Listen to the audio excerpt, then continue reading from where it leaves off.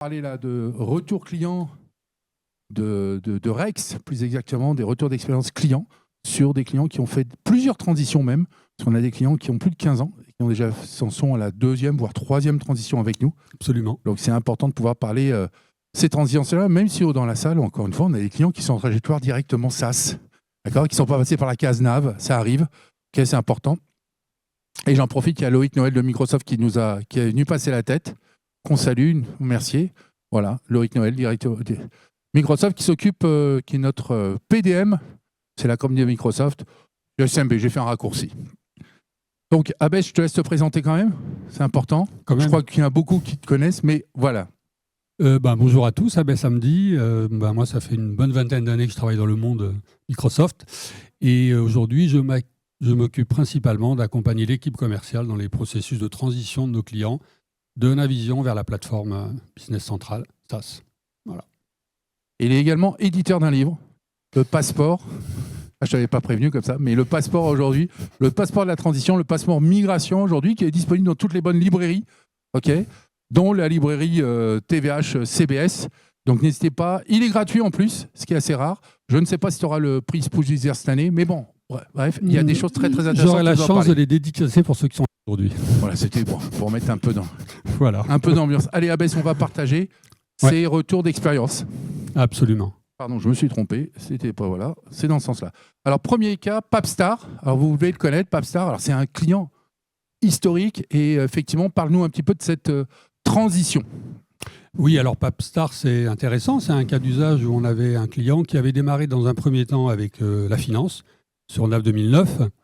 Et au fur et à mesure, on a constaté que la version était ancienne. On a proposé de déployer Business Central en étendant le périmètre. C'est-à-dire qu'on est allé au-delà de la finance, on a déployé la gestion commerciale. Des particularités, on avait peu de customisation sur la version existante, puisqu'on avait un périmètre assez limité en fait. Et on a profité de cette transition pour étendre le périmètre et notamment les relations qu'ils avaient avec leur maison mère en Allemagne, puisque le fournisseur de Papstar France, c'est Papstar Allemagne. Donc il y avait un certain nombre de problématiques qu'il y avait à gérer, notamment toute la partie EDI et interface avec leur maison mère, avec ce qu'on appelle de la commande spéciale, de la livraison directe chez les clients en France. Donc l'idée, c'était de proposer une solution sans développement, déployable facilement, avec l'idée que les responsables informatiques internes puissent s'approprier la solution pour faire les interfaces. Donc nous avons, comme vous le savez, au catalogue des apps qui sont disponibles, que l'on a validées. Et donc pour ce client, on a proposé deux apps intéressantes. L'une qui s'appelle Enveo, qui est une solution qui permet de déployer un outil d'interface, EDI, fichier XML, fichier à plat, tout type d'interface. Et à partir de là, en fait, on fait uniquement du mapping de données, donc sans développement, et le client peut être autonome pour gérer tout cela. Bon, l'intérêt, c'est qu'en SaaS, la plateforme offre aussi tout ce qui est service Azure Blob Storage intégré à Enveo. Donc, il n'y a pas d'effort à faire en termes de consommation de services liés au service SaaS. Et puis, pour tout ce qui est dématérialisation, eh bien, on a proposé la partie Continia, qui est notre offre de dématérialisation aujourd'hui et demain, bien entendu, pour tout ce qui est dématérialisation entrante, facture d'achat, et sortante, puisqu'il y avait une problématique chez ce client d'envoi de documents en masse le soir, de factures aux clients de manière automatisée. Donc voilà, donc on avait deux solutions qui couvraient le besoin. On est passé par une étape de POC, puisqu'il y avait un point de volumétrie qui était intéressant de valider dans un premier temps. Donc on est passé par cette étape de POC et l'étape de POC a été validée. On est passé au déploiement du projet sur un projet assez court, 6 mois, pour un périmètre étendu, avec un niveau de customisation extrêmement faible, puisqu'on est quasiment sur du quasi-standard, avec nos Calliopac, puisque notre offre intégrait aussi nos Calliopac. Donc un bon exemple de client qui a fait sa transition vers le SaaS avec peu de développement et surtout profiter des solutions qu'on propose au catalogue. Et l'avantage de ces propositions, que ce soit les Calliopac ou Enveo ou Business Central, les montées de version sont maintenant automatiques. Okay, donc ça veut dire que les couches successives, l'ajout fonctionnel, le client en bénéficie.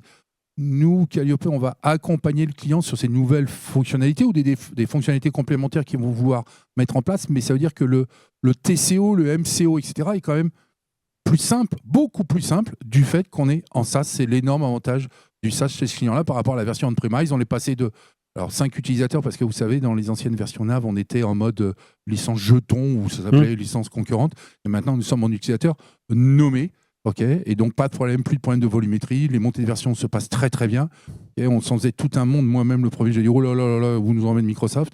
Non, c'est $1, honnêtement, sur les montées de version, ou presque en dollars. C'est un des premiers clients, d'ailleurs, qui est passé en SaaS. Et l'intérêt aussi, c'est qu'on déployait en VO et qu'on Tinea en SaaS parmi ses premiers clients. Et ce qu'on a pu constater, c'est un enjeu aussi par rapport aux solutions qu'on propose. C'est l'accompagnement des partenaires dans les montées de version. Pas de blocage, optimisation des solutions, etc. Donc, c'était un bon test pour nous en termes de validation aussi des solutions en SaaS. Voilà. Et dans notre approche ABS, maintenant, si on fait un parallèle, on travaille toujours de la même manière, non pas sur un POC dans un premier temps, mais on fait une pré-analyse qui est grâce à notre partenaire Compagnal, sur qui on s'appuie aujourd'hui sur les spécifiques, ce qui nous permet ABS va piloter toute la phase d'avant-vente technique, etc., pour avoir un premier budget. Et après, on passe dans un budget un petit peu, dans un projet un peu plus traditionnel. Okay, oui, cadrage, etc. Ouais, et tu en parleras après. On développera ça. Alors, chaîne de l'Est. Ah. Oui, chaîne de l'Est. Pour ceux qui veulent du parquet, c'est le moment. Donc, c'est un fabricant. Il y a des soldes. Tu as des prix? Oui, on a des prix, oui. Donc, c'est un fabricant de parquet. Donc, une particularité, c'est qu'ils achètent des troncs d'arbres, ils les découpent et ils en fabriquent du parquet, tout simplement. Alors là, on avait une autre problématique. On avait un NAV 2009 très customisé. Voilà, on avait vraiment du développement un peu partout, notamment sur la partie production et ordonnancement. Donc l'enjeu, c'était de dire comment demain on va vous projeter sur Business Central avec des solutions, encore une fois, le minimum customisé.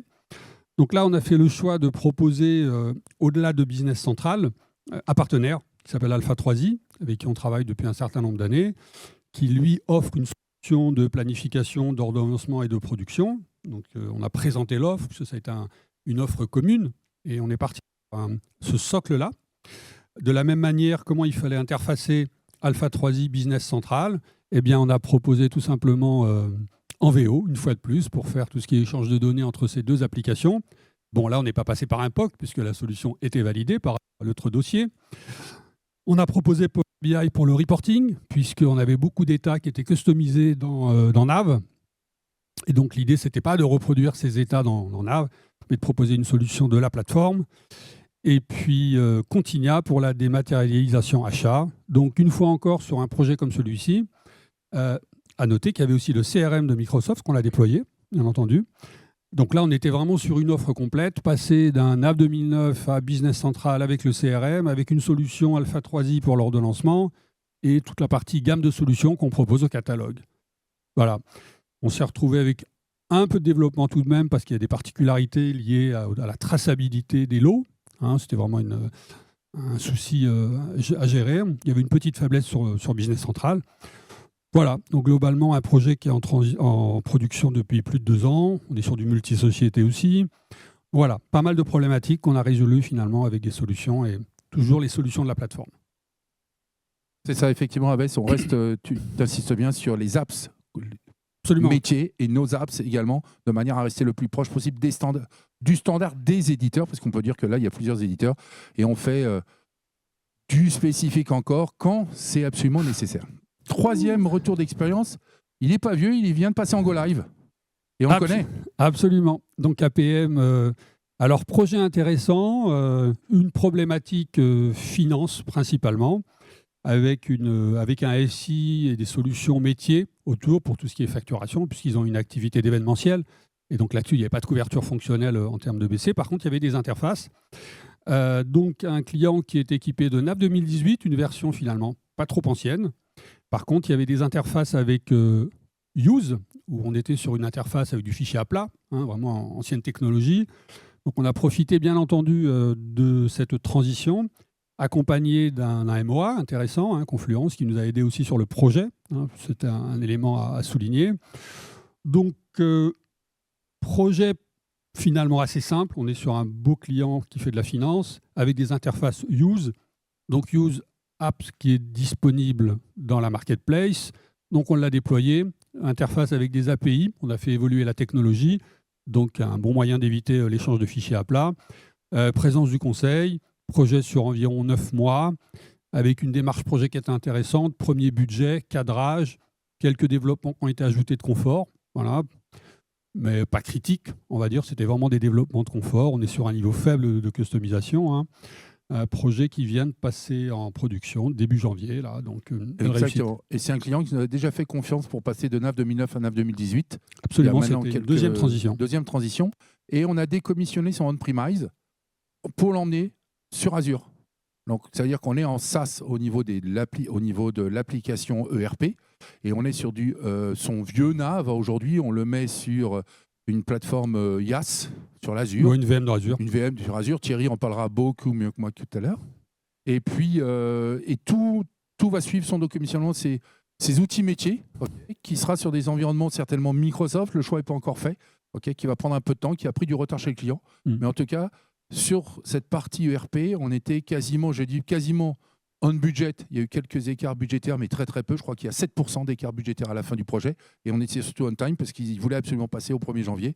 Et il y a un AMOA, donc je vous garantis, les tests aujourd'hui, 2 mois de test, on ne passe pas sous les 2 mois de test. Donc ça a été cadré, la reprise des données, etc. Ça s'est très très bien passé. C'est quelques retours d'expérience, on en aurait d'autres, mais chaîne de l'Est, on en a parlé. Je crois que c'était tout, mais il y en a d'autres qui sont en cours. On a aussi bien des projets de migration sur 6 mois, d'autres aujourd'hui, on a une réflexion, par exemple, de partir sur des from scratch, aujourd'hui, ce qu'on appelle sur des offres un peu packagées, parce qu'on se dit, il y a la reprise de données un petit peu, Abès en parlera tout à l'heure, des reprises de données simples aujourd'hui, je ne vais pas le spoiler, mais c'est jamais si simple, mais on peut être très inventif dans une partie, même transition, on parle bien de transition et non de migration. Voilà, donc n'hésitez pas, tous ces clients sont bien entendu appelables. On peut, ce sont des retours d'expérience disponibles aujourd'hui. C'est quelques exemples sur, je crois, Abès, la dernière version, on est à 70 montées de version approximativement en termes de clients, là sur BC.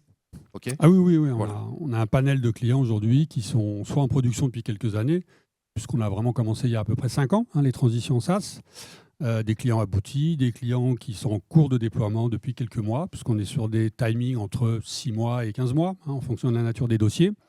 Et puis des dossiers qu'on a signés il y a 3 semaines, 1 mois, 2 mois et qui sont en train de se lancer. Donc on a vraiment tout un panel de clients aujourd'hui en cours.